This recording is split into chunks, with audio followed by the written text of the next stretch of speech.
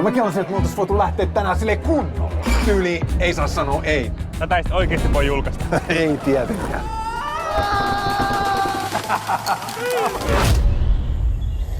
Onks mun puhelinta näkynyt? Kuka haluaisi tehdä meille tälleen? Hei, mä tiedän.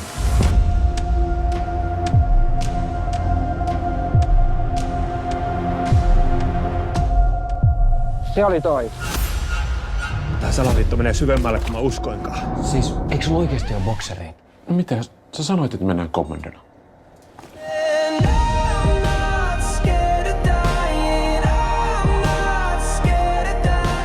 Hei, mitä te teette? Santtu on tuo huoneessa jonkun minnen kanssa.